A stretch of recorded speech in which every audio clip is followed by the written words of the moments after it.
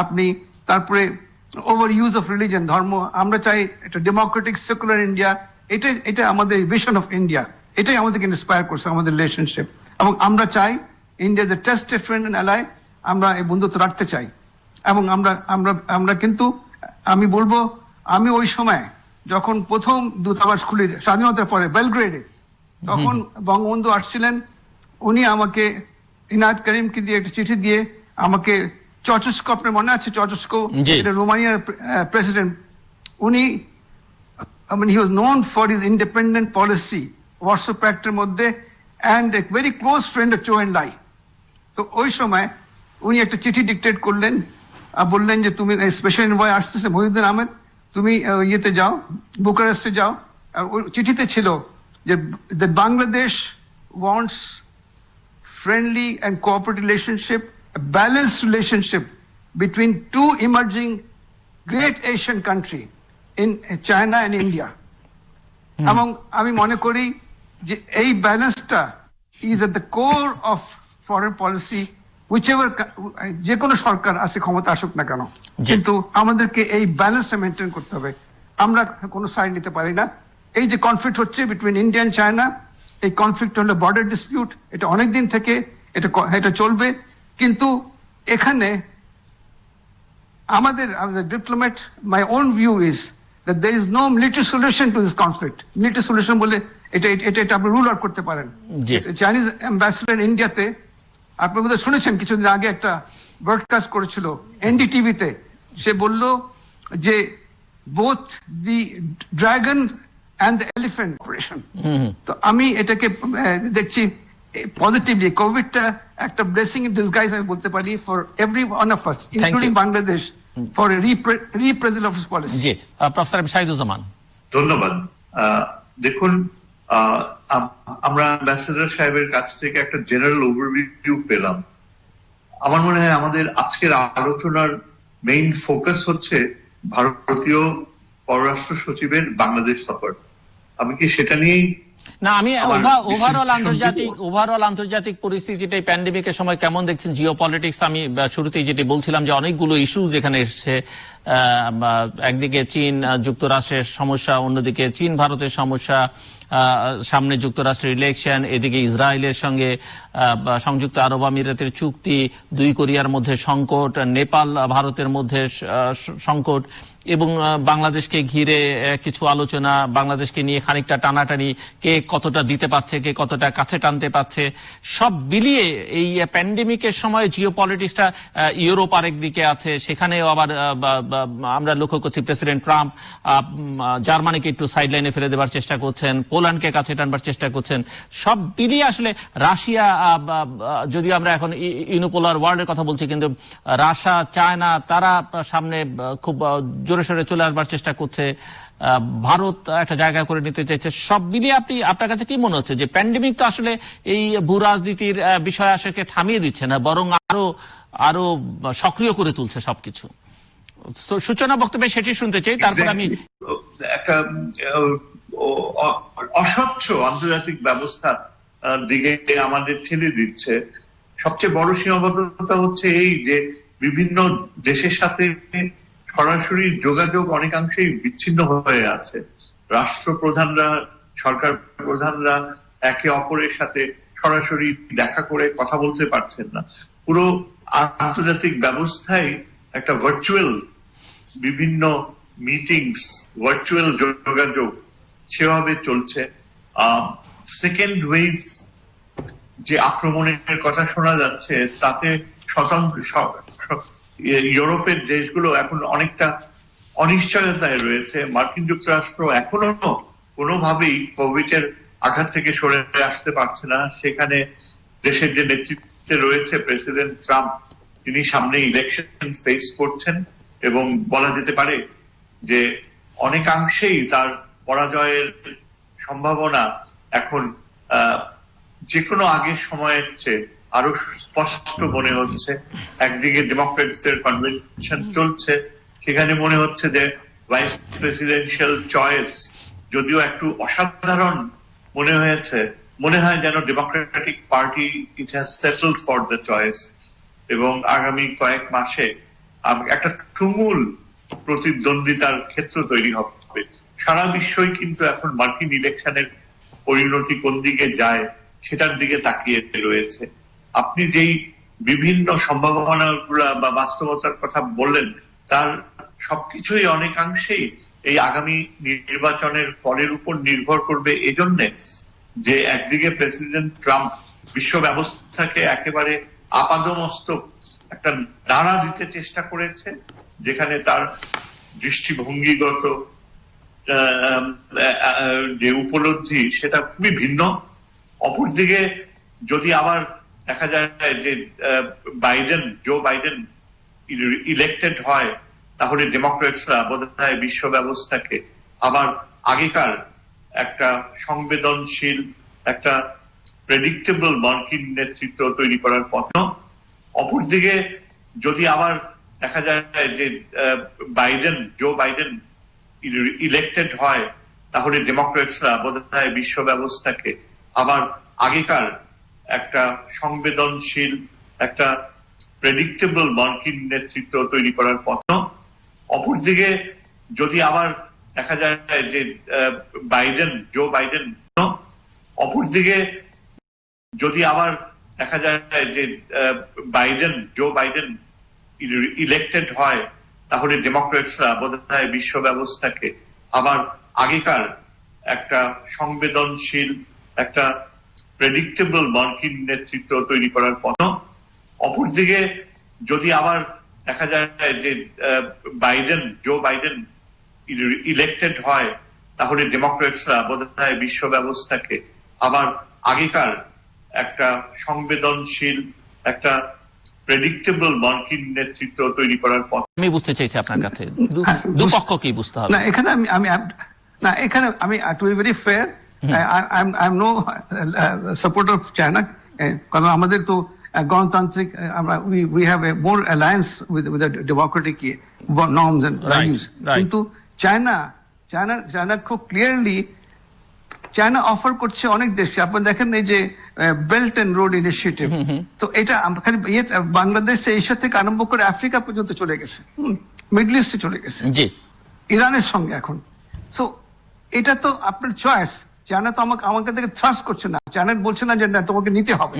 আমরা বরঞ্চ আমরা রিকোয়েস্ট করি, যেহেতু আমরা অনেক চেষ্টা করছি জায়গার থেকে, অন্যান্য দেশ থেকে, কেউ এই আপনার যেহেতু তিস্তা ট্রিটি হয়নি, আমাদের কোনো ক্ষতি হচ্ছিল। জি, বোঝার বিষয় হচ্ছে যে লোভের মধ্যে ফেলে দিচ্ছে কিনা, বা বিপদে ঠিক বিপদটাকে ক্যাপিটালাইজ করবার চেষ্টা করছে কিনা, এক্সপ্লয়েট করবার চেষ্টা করছে কিনা, সেটা বোঝার দরকার। আমি আসবো আপনার কাছে, professor. You don't think so, professor Shahiduzzaman? Thank you Zillur. দেখেন, আমি আপনার যে আলোচনাটা শুনলাম, এখানে আমার সবচেয়ে ঘোর আপত্তি হচ্ছে যে ট্র্যাপ শব্দটা ব্যবহার করা হয়। এই ট্র্যাপ শব্দ, এটা কিন্তু সম্পূর্ণ একটা মিসনমার। চায়না কোনো ডেট ট্র্যাপে ফেলেছে এবং তার পরিণতিতে একটা দেশ ধ্বংস হচ্ছে বা ক্ষতিগ্রস্ত হচ্ছে, এমন কোনো উদাহরণ কিন্তু নাই। শ্রীলঙ্কা একটা সিচুয়েশনে পড়েছে, অত্যন্ত স্বার্থভাবে শ্রীলঙ্কা বের হয়ে আসছে। পাকিস্তান অসাধারণ ভাবে তার ডেভেলপমেন্ট ইনফ্রাস্ট্রাকচার, সেটি তো সেই সব দেশের সক্ষমতা, সেই সব, কিন্তু দেশগুলো তো বিপদে পড়েছিল প্রফেসর শাহিদুজ্জামান, তারা তাদের নিজস্ব সক্ষমতা দিয়ে, যোগ্যতা দিয়ে বেরিয়ে এসছে। এশিয়া, আফ্রিকা ছাড়া দেখুন, ল্যাটিন আমেরিকার দেশগুলোতে সরকারের স্ট্রাকচারাল চেঞ্জ আনতে বাধ্য করেছে, পুরা গভর্নেন্সের ধারণা বদলে গেছে, পপুলিস্ট লিডার্স সেখানে নেতৃত্বে আসছে। কেন? বিকজ চায়না সেখানে উন্নয়নের প্রক্রিয়াকে একটা কন্টিনিউইটি দিয়েছে। আজকে কিন্তু 50 আর 60 দশকের উন্নয়ন প্রক্রিয়া চায়না ধরছে না। তারা শো পিস প্রজেক্ট বানাতো, তারা একটা পোল গড়ে দিত, একটা কনভেনশন সেন্টার গড়ে দিত, সেটা ছিল 60 দশকে, স্টেডিয়াম বানিয়ে দিত। আজকে তারা এমন মৌলিক বিষয়ে যাচ্ছে, যেরকম ফাইন্যান্স করার ধারণা, যেটা আমাদের জন্য বা অনেক দেশের জন্য একটা স্বপ্নের মতো মনে হয়। চিন্তা করে দেখেন, এই যে চায়না $1 বিলিয়ন অফার করছে বাংলাদেশকে, যেটা মাত্র 15 তারিখে আমরা জানতে পারলাম। নিউজ মিডিয়ার মাধ্যমে। সেটা কেন?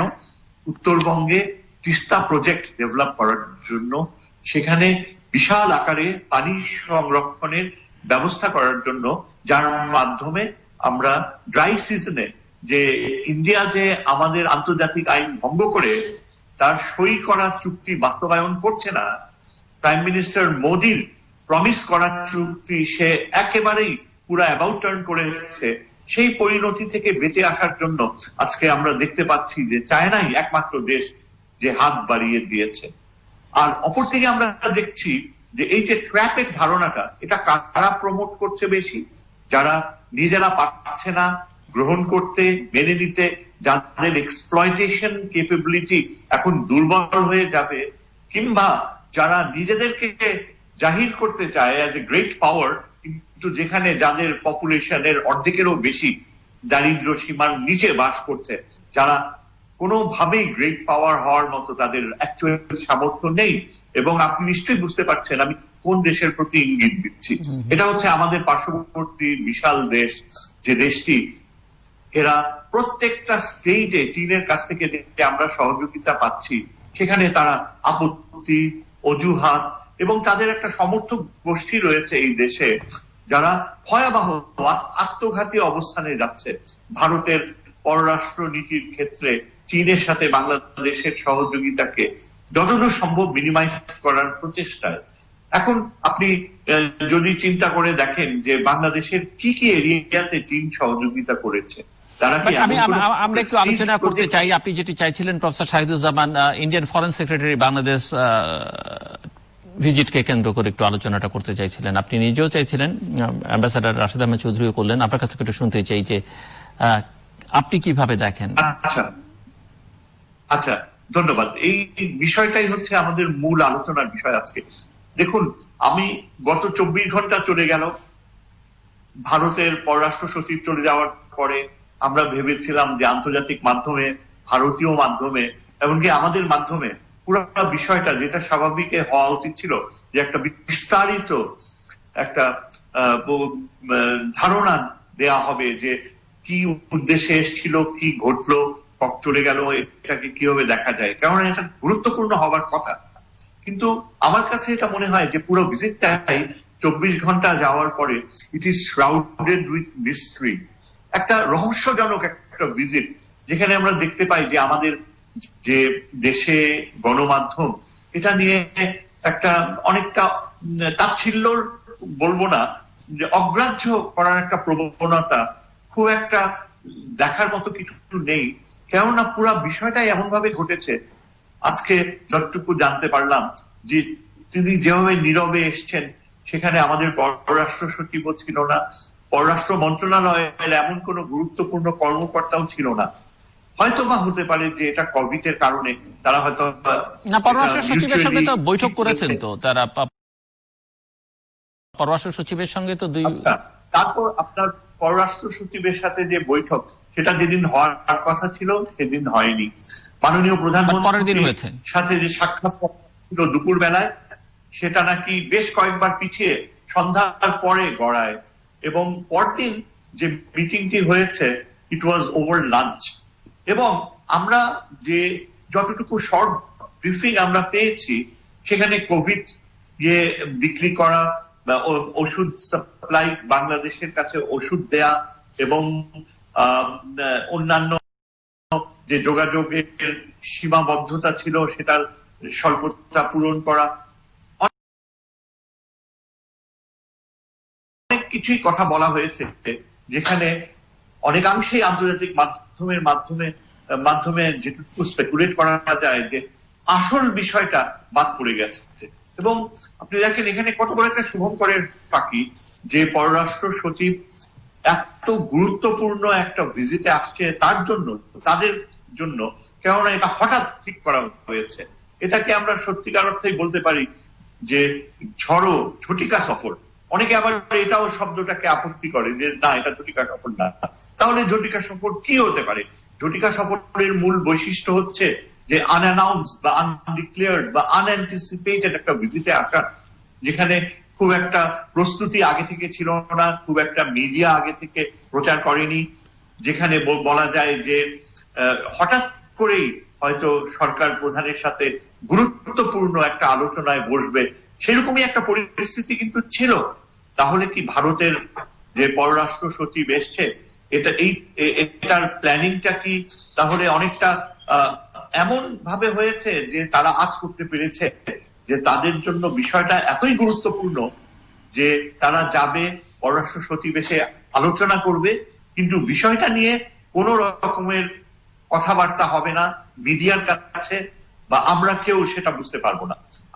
আমরা যে বলতে পারছি, প্রফেসর শাহিদুজ্জামান, আপনি যেটি বলছিলেন হয়তো বা প্রকৃত খবরটা কেউই দিতে পারেনি বা আমরা জানি না কোথায় কি আলোচনা হচ্ছে, কিন্তু বাংলাদেশের গণমাধ্যম তো তা ছিল না, বরং বাংলাদেশের গণমাধ্যম অনেক বেশি কাভারেজ দিয়েছে, যেটা ডিজার্ভ করে কিনা সেই প্রশ্ন কেউ কেউ তুলেছেন। মানে আপনি সকল দৈনিক পত্রিকা দেখেন, লিড নিউজ হচ্ছে এই ব্যবহার করতে পারি। আপনি লক্ষ্য করবেন যে আমি তাচ্ছিল্য শব্দটার সাথে সাথে উইথড্র করেছি। আমি যেটা বলতে চাইছি যে অনেকটা অনিশ্চয়তা যে অ্যাকচুয়ালি কি ঘটেছে, এবং আমার কাছে এটা মিস্ট্রি মনে হয় কেন, যে আমরা কিন্তু যে মূল বিষয় যেটা আমরা আজ করতে পারছি, যার ফলে তিনি ফ্লাই করে এসছেন ঝটিকা সফরে, তার মূল বিষয়ই ছিল যেটা আমরা অ্যাম্বাসেডর সাহেবের কাছেও শুনলাম, যে চীন যে বাংলাদেশকে যে লোন দিয়েছে $1 বিলিয়ন আমাদের তিস্তা প্রজেক্ট, সেটা নিয়ে ভারত রিজার্ভেশনস এক্সপ্রেস করছে।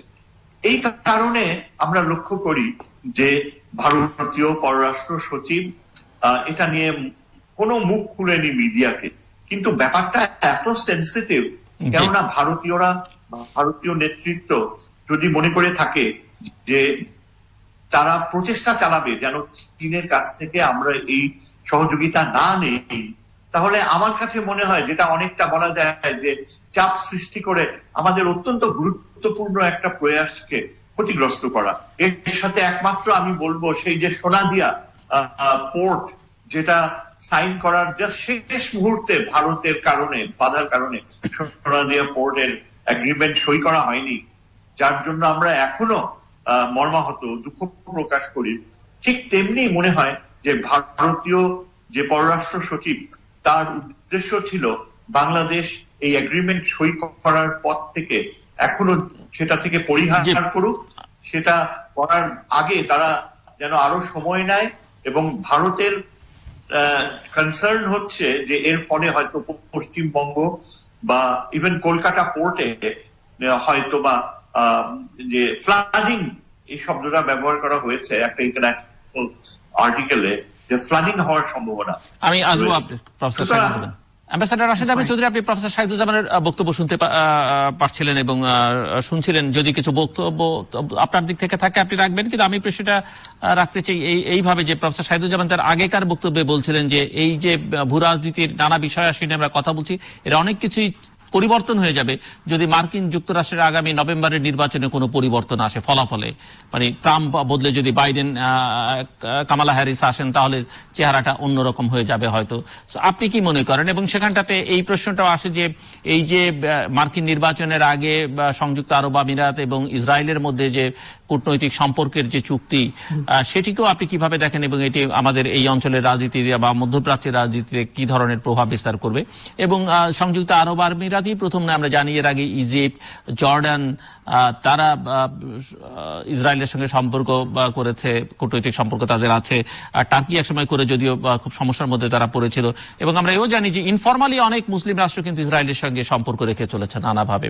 তো সব মিলিয়ে একটু আপনার কাছ থেকে শুনতে চাই অ্যাম্বাসেডর রাশেদ আহমেদ চৌধুরী। আপনি ঠিক বলেছেন, এটা যে ইনফর্মালি অনেকে রেখেছে। আমার হচ্ছে মেমোরি, আমি তখন ইজিপ্টে ছিলাম যখন প্রেসিডেন্ট সাদাত জেরুজালেম গিয়েছিল, আমি তখন শার্ট ডেফে ছিলাম। তো ওনার সঙ্গে দেখা হয় আল আরাম প্রেসে, সেখানে উনি আমাকে নিয়ে গেল বুটরস গালি। তো উনি আমাকে বললেন যে, জিজ্ঞেস করলেন যে please tell me what the Arab ambassadors are telling you about my visit to Jerusalem. I বললাম, they are saying that you have divided the Arab world and the Muslim world. তো ওনার উত্তর ছিল, please tell them that the Arabs and the Muslim world have always been divided. আমরা 4টা যুদ্ধ করেছি ইসরায়েলের সঙ্গে, এবং লাস্ট ওয়ার যখন ইজিপশিয়ান আর্মি বার্লেভ লাইন ক্রস করলো, তখন হেনরি কিসিঞ্জার ফোন করে বলল প্রেসিডেন্ট সাদাতকে যে তুমি এখন স্টপ করো, না হলে আমরা কাউন্টার মেজার নেব। তো উনি বললেন না, আমরা তো এখন আমাদেরকে এটা ইয়ে করতে হবে, we have to go forward. তখন for the first time in globetrotter tanks and other things battle ফিল্ডে পাঠানো হলো, এবং ইসরায়েলি আর্মি কাউন্টার অ্যাটাক করে they were coming towards Cairo. ওই সময় প্রেসিডেন্ট সাদাত বলল, আমি বুঝতে পারলাম we are not fighting Israel, we are fighting America. And I decided that this is a losing battle. আমরা অনেক স্যাক্রিফাইস করছি, আমরা আর স্যাক্রিফাইস করতে পারবো না। আমাদের তো আপনি দেখেন যে বড় বড় লাইন রুটির জন্য economy is in doldrum. So এটা একটা জিনিস। তখন আমাকে বললেন যে what about Bangladesh, what's your problem? Azilur, আপনি জানেন যে আপনার সঙ্গে অনেকদিন আগে থেকে আমাদের একটা থিঙ্কিং আছে এই ইস্যুতে অন দিস। তো আমরা যেটা মনে করি, এখন যেটা দেখছি, যে বাস্তব যেটা দেখছি, ইউই তো এটা স্বীকৃতি দেওয়া ডিপ্লোম্যাটিক রিলেশনশিপ, সৌদি আরেবিয়ার সিগন্যাল ছাড়া এটা করতে পারে না। So it's very clear that the Saudi and আর একটা রিপোর্ট আসছে যে Bahrain and other gulf country এটা will follow suit. Turkey Erdogan যদিও সে একটা অবজেকশন দিয়েছে, প্রোটেস্ট করেছে, কিন্তু তার যে পিস ট্রিটি ইসরায়েলের সঙ্গে অনেকদিন আগে টার্কি করেছে, এবং এবার ওদের ট্রেড ফিগার হচ্ছে $2 billion of import from Israel. আমার ইন সাম সাবস্টেন্স আমি বলবো অনেক কারণে, যার জন্য এখানে সময় নাই এটা বলার। It's time for a reprisal of a policy towards Israel in the light of the fact যে এটার কোনো মিলিটারি সলিউশন হয় না। Diplomatically, I think Bangladesh can play a constructive role, a very much more stronger role in trying to bring about a solution of this Arab-Israeli conflict. Ambassador Chowdhury, মার্কিন নির্বাচনকে ঘিরে আপনার prediction কি, এবং আপনি কি মনে করেন কিনা প্রফেসর শাহিদুজ্জামানের মতো যে নির্বাচনের ফলাফল যদি ট্রাম্পের অনুকূলে না থাকে, তাহলে বিশ্ব রাজনীতিতেই একটা ইতিবাচক ধারার সূচনা হবে? এটা আমার প্রফেসর, আমার বন্ধু, I have got great respect for him. এটা এখন উনি কি সেন্সে বলছেন, কেন ট্রাম্প একটা জিনিস আছে যে এখন যে ফোরকাস্ট গুলো হচ্ছে, যতগুলো প্রেডিকশন দেখলাম, যে Biden is leading by good margin, and Kamala হ্যারিসের যে নমিনেশন আজকেও শুনলাম তার বক্তব্য নল, এই টুগেদার তারও একটা খুব বড় ফলোইং আছে। এন্ড ইনসিডেন্টলি আপনারা সবাই জানেন কিনা, কিন্তু she is also very popular with the Israeli. Very interesting. এখন এই লাইটে দে উইল বি চেঞ্জ, কারণ এখন ট্রাম্প কিন্তু তার যে 40% অফ দ্য হোয়াইট ভোটস রেসিস, ওটা কিন্তু রিজার্ভ আছে, এবং তার কনভেনশন এখন হয় নাই, and he is not going to give up easily. যদি রেসটা খুব ক্লোজ হয় রেস, তাহলে কিন্তু যেটা হয়েছিল আল গোরের সময়, আপনার মনে আছে? কোর্টে যেতে হলো, হ্যাঁ কোর্টে যেতে হলো। এখন যে কোনো মিনসে, এবং ও তো একটু ইঙ্গিত দিয়েছে, she will try to hold on to power. এই হল এক। সেকেন্ডলি, যদি এবার ডেমোক্রেটস উইন করে, তাহলে ইজ এ ভেরি পজিটিভ, কারণ আমরা ওবামার স্পিচ শুনলাম, we hope that there will be a change in policy. কিন্তু একটা জিনিস আমাদের মনে রাখতে হবে কনসিস্টেন্টলি, আমরা যখন দেখলাম যে military intervention in the middle east, যে আপনার ইরাক থেকে আরম্ভ করে একটার পর একটা দেশ যখন তারা শেষ করে দিল, virtually they don't exist in the map. Syria আপনার ম্যাপে না অ্যাকচুয়ালি, আফগানিস্তানও। এটা কিন্তু there was a bipartisan ইয়ে, সেখানে হিলারি ক্লিন্টন একটা মেমো ছিল, she is very much supportive of this military intervention. তো ওখানে আপনার various agencies including CIA, including others, including আপনার অয়েল, এগুলো ওদের কিন্তু অনেক দিন থেকে হিস্টোরিক ইন্টারেস্ট এখানে আপনার যে যে যে lobby that rules America, right, তারা কিন্তু আপনার রিসোর্সের জন্য they have gone all the way. আপনি যে নামে বলুন, in the name of democracy, in the name of human rights, আমাদেরকে হিউম্যান রাইটস ডেমোক্রেসির জন্য আমাদেরকে স্লটার করতে পারে। আপনি দেখেন, I am no supporter of Iran, but of course friendly, একজন ইরানিয়ান জেনারেলকে অন্য একটা সয়েলে আপনার মেরে ফেলা, what kind of international law is this? It is unthinkable. জি, তো এগুলো আপনি একদিকে গণতন্ত্র বলছেন, একদিকে বলছেন রুল বেসড ইন্টারন্যাশনাল অর্ডার, জাতিসংঘের জন্য আপনি ইয়ে করছেন, অন্য দেশকে আপনি রিসার্চ করছেন, চায়নাকে আপনি ইয়ে করছেন, কিন্তু এখন তো দেখা যাচ্ছে যে আই মিন চাইনিজ এমন কিছু করে নাই জি, of occupying another country, etc. So I don't know whether there will be significant change in the US foreign policy. There would be a change in the sense when the Trump is loose talk, loose কথাবার্তা এবং আপনার মানে ফ্লিপান্ট decision গুলো এগুলোর মধ্যে, কিন্তু US India relationship will remain same, strong, same vis-a-vis China containment and against Russia. Okay, Russia and China will be together, Iran and China, Russia. জি, আসবো আপনার ওদিকে কাছে। আপনার মানে আরবরা স্বীকৃতি দেবে ইসরায়েলকে। জি, প্রফেসর শাহিদুজ্জামান।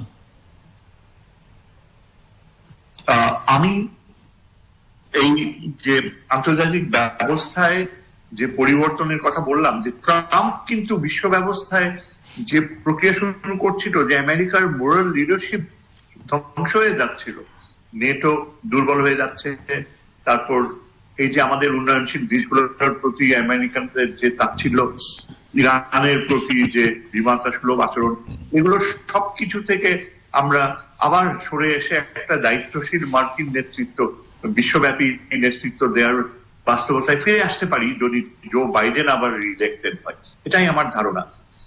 একটা কথা রয়েছে যে কমলা হ্যারিসের ভাইস প্রেসিডেন্ট চয়েসের ফলে কি ভারতের প্রতি মার্কিনী যে গ্রহণযোগ্যতা বাড়বে? আমার কিন্তু তা মনে হয় না। প্রথমত, কমলা হ্যারিস হয়তো ভারতীয় বংশোদ্ভূত হতে পারে, কিন্তু তার অর্থ এই না যে আমেরিকান পলিসিকে তিনি প্রভাবান্বিত করতে পারবেন।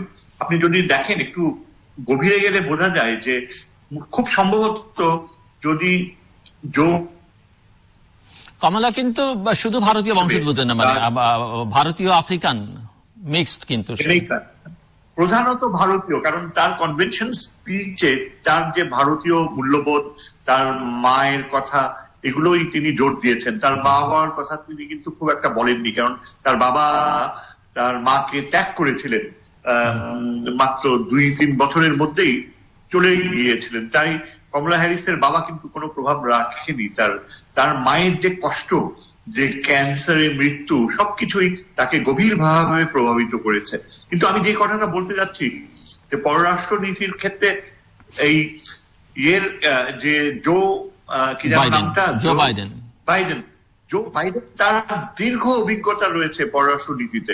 তিনি পররাষ্ট্র নীতি তার হাতে রাখবেন, তিনি তার নিজের মতো করে করবেন, এটাই সবচেয়ে স্বাভাবিক। তাকে যদিও ভাইস প্রেসিডেন্ট করা হয়নি, যেটা বলতে গেলে বাইডেনের ফার্স্ট চয়েস ছিল সুজান প্রাইস, কিন্তু ডেমোক্রেটিক পার্টি নেতৃত্ব কমলা হ্যারিসকেই প্রেফার করেছে।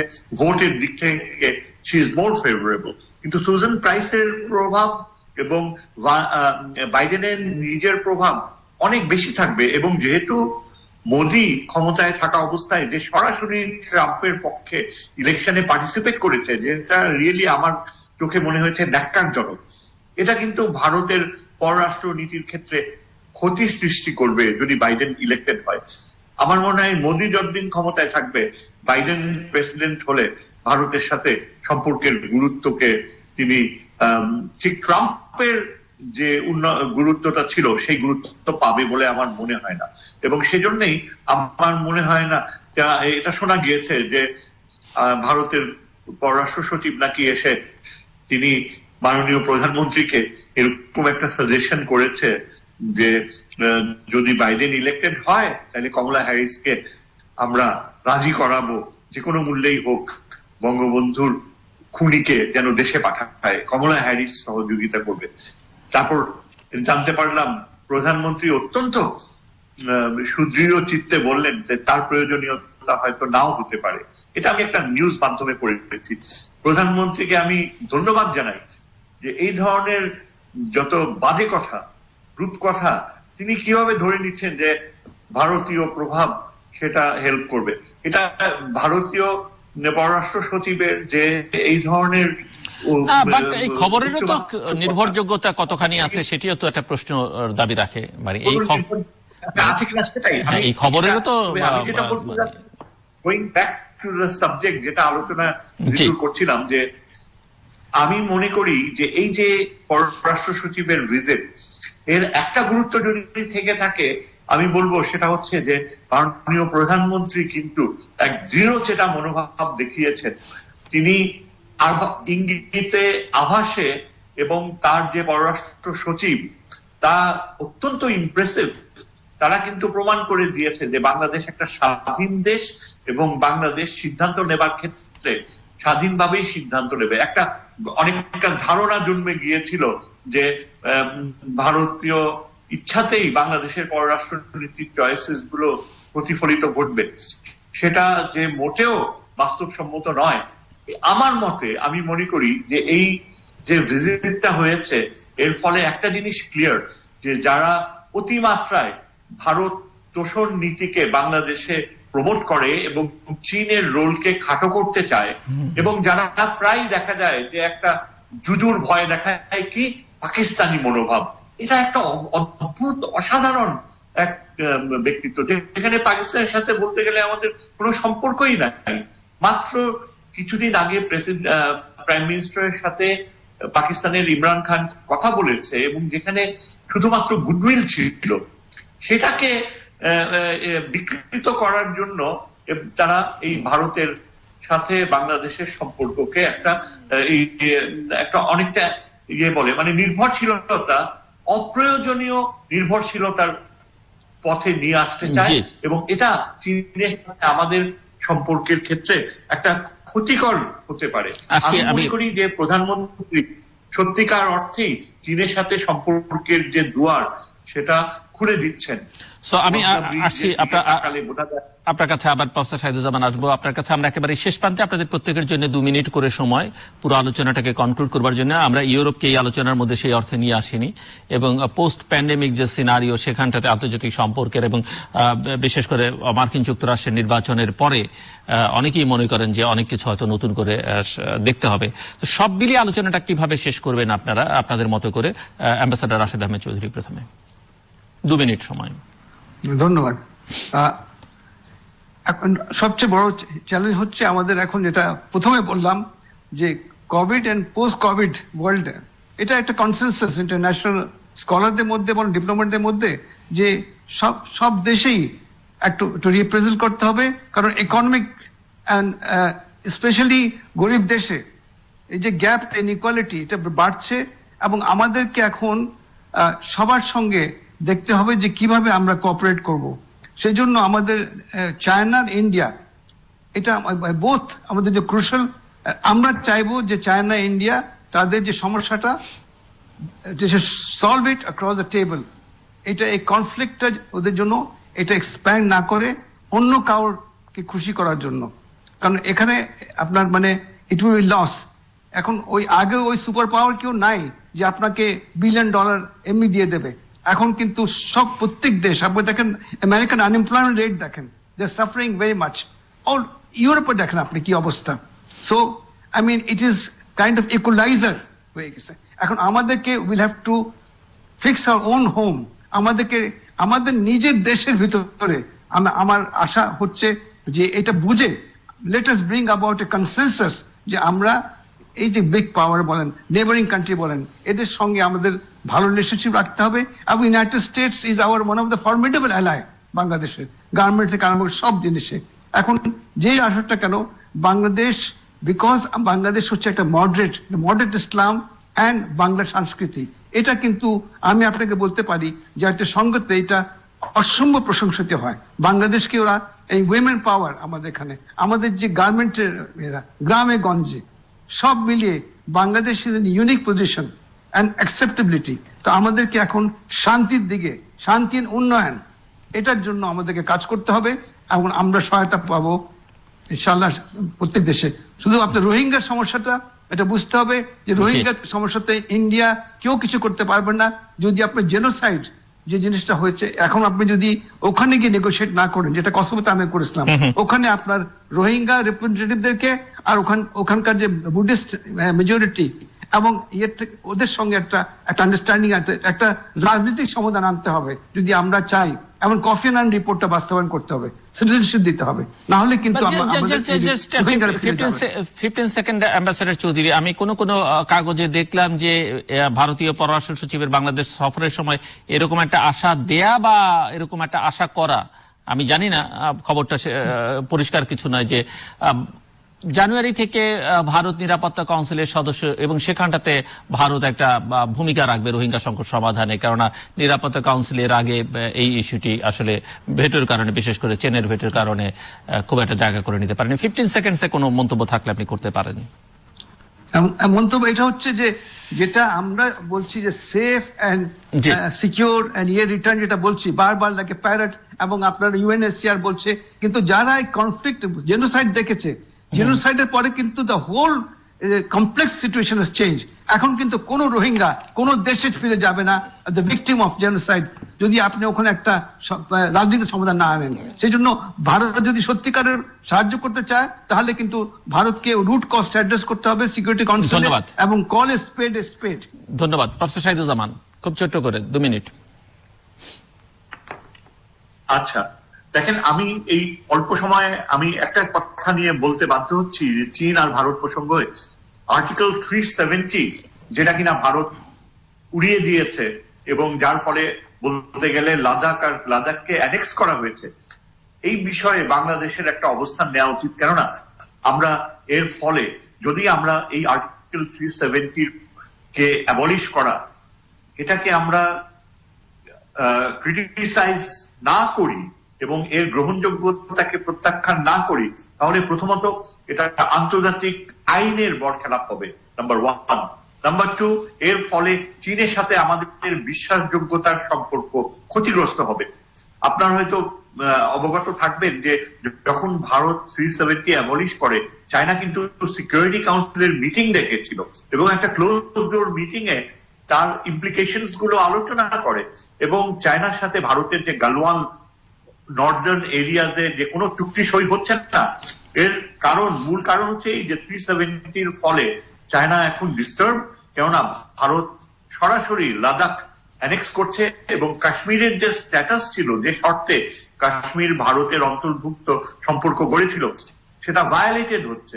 আমাদের বাংলাদেশ দক্ষিণ এশিয়ার অন্যতম গুরুত্বপূর্ণ দেশ এবং মুসলিম মেজরিটি কান্ট্রি, আমাদেরকে এই বিষয়ে একটা নৈতিক অবস্থান নেওয়া অপরিহার্য। এটা কোনোভাবেই মেনে নেওয়া যায় না যে আমরা বলবো যে কাশ্মীর ভারতের অভ্যন্তরীণ বিষয়, এটা মোটেও না। কেননা এর ফলে চীনের প্রতি আমরা রং সিগন্যাল দিব এবং আমরা ক্লিয়ারলি এবং স্পেশালি যে নৈতিক বিষয়টা জনগণের এবং লাদাখের স্ট্যাটাস ডিটারমিন্ড হবে।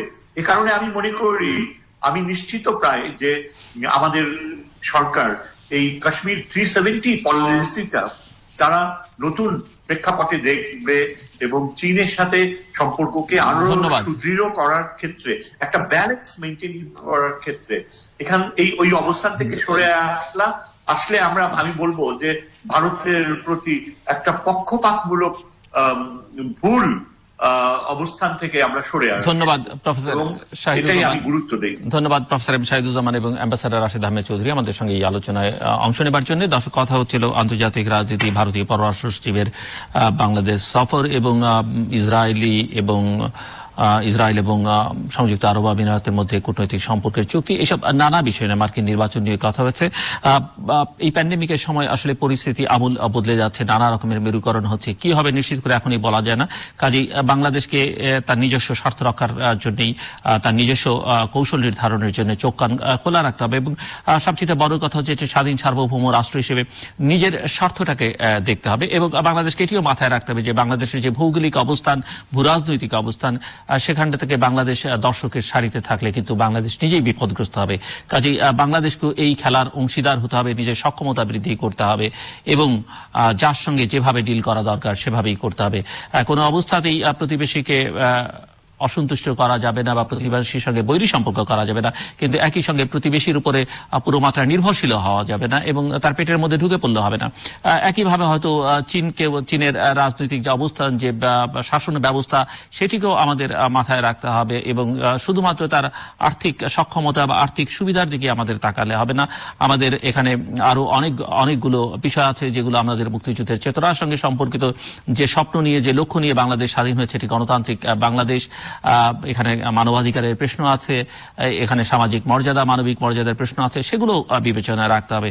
কাজেই চীনকে সেভাবে দেখবার দরকার আছে। এই আলোচনায় এটিও এসেছে যে মার্কিন যুক্তরাষ্ট্র বাংলাদেশের একটি বড় বাজার, কাজেই পশ্চিমা বিশ্বের সঙ্গে মার্কিন যুক্তরাষ্ট্র এবং ইউরোপের দেশগুলোর সঙ্গে বাংলাদেশের সম্পর্ক কি হবে, সম্পর্ক কিভাবে ভালো রাখা যাবে সেই দিকটাতে মনোযোগ দিতে হবে।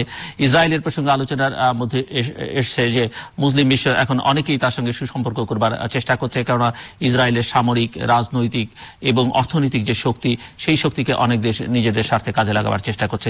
এখানটা থেকে বাংলাদেশ কি করবে সেটিও বাংলাদেশ চিন্তা করতে পারে। আমার অতিথিরা সেরকম ইঙ্গিত করছিলেন। সব মিলিয়ে আসলে সবচেয়ে বড় কথা হচ্ছে যে নিজের সক্ষমতা বৃদ্ধি, নিজের স্বার্থকে দেখা এবং চোখ কান খোলা রাখার সময় এখন। দর্শক আমাদের সঙ্গে থাকবার জন্য অসংখ্য ধন্যবাদ।